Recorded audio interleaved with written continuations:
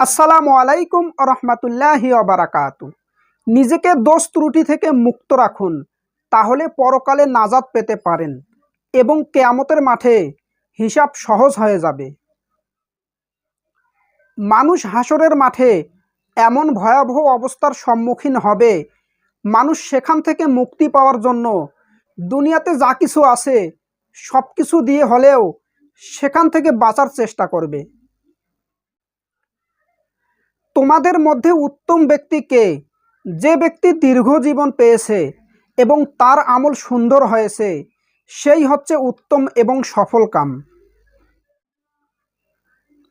পাপ থেকে একমাত্র তারাই বাঁচতে পারে যারা মুখে নয়, অন্তর থেকে আল্লাহ তাআলার শাস্তিকে ভয় করে, কিছু পেলে শুকরিয়া আদায় করে আর কিছু না পেলে চেষ্টা করে, ধৈর্য ধারণ করে।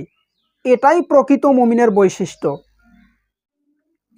রাসূল সাল্লাল্লাহু আলাইহি ওয়াসাল্লাম বলেছেন, যে ব্যক্তি কন্যা সন্তানকে দ্বীনের জ্ঞান আদব কায়দা শিক্ষা দিবে এবং যত্নের সাথে লালন পালন করবে ও তাদের উপর অনুগ্রহ করবে, সেই ব্যক্তির উপর জান্নাত ওয়াজিব হয়ে যাবে। সহিহ মুসলিম, আবু দাউদ। নানা প্রকার খেলতামাশা, ধোঁকা ও প্রতারণার জালে আবদ্ধ দুনিয়ার জীবন, যারাই এ জালে আবদ্ধ হয়ে যাবে তাদের পক্ষে পরকালীন মুক্তি অর্জন করা সম্ভব হবে না। এজন্য আমাদেরকে দুনিয়ার জীবনের চেয়ে পরকালীন জীবনকেই প্রাধান্য দিতে হবে। যে ব্যক্তি নিজের পাপ লুকানোর চেষ্টা করে সে কখনো সফল কাম হতে পারে না। পাপের কথা ভেবে যদি সে তা পরিত্যাগ করে তবে তার পক্ষে সফলতা অর্জন করা সম্ভব। প্রিয় ভাই ও বোনেরা, আপনাদের কাছে একটি অনুরোধ করি, দয়া করে এই চ্যানেলটি সাবস্ক্রাইব করুন এবং ভিডিওতে একটি লাইক দিন। কিয়ামতের মাঠে 5টি প্রশ্ন করা হবে। তার মধ্যে 2 নম্বর প্রশ্ন হচ্ছে, তোমার যৌবনকাল কিভাবে কাটিয়েছো? যৌবনের হিসাব দিতে হবে।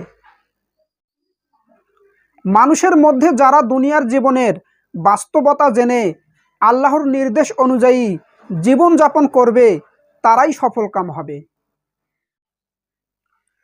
তুমি তখনই কাঁদবে, আফসোস করবে যখন বুঝবে জীবন শেষ হয়ে গেল অথচ নেক আমল করা হলো না। 70টি কবিরা গুনাহ, তার মধ্যে 11 নম্বর কবিরা গুনাহ হচ্ছে লাওয়াতাত বা সমকামিতা করা। কবিরা গুনাহ থেকে বাঁচতে হলে এই সব থেকে দূরে থাকতে হবে। আল্লাহ সুবহানাহু ওয়া তাআলা আমাদেরকে কবিরা গুনাহ থেকে হেফাজত করুন, আমিন। তুমি হারাম সমূহ হতে বিরত থাকবে, তাহলে তুমি লোকদের মধ্যে সবচেয়ে বড় আবিদ হিসেবে গণ্য হবে।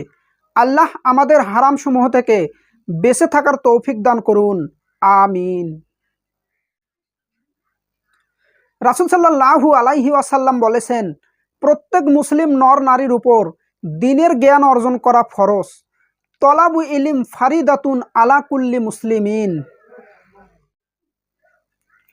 5টি বিষয় আসার পূর্বেই 5টি বিষয় থেকে সুবিধা গ্রহণ করো।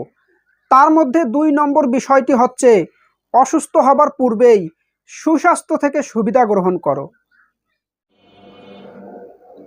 তুমি এখন তোমার শ্রেষ্ঠ বয়সে রয়েছো, যে বয়সে নিজেকে মুজাহিদ এবং আত্মত্যাগী হিসেবে গড়ে তুলতে পারো।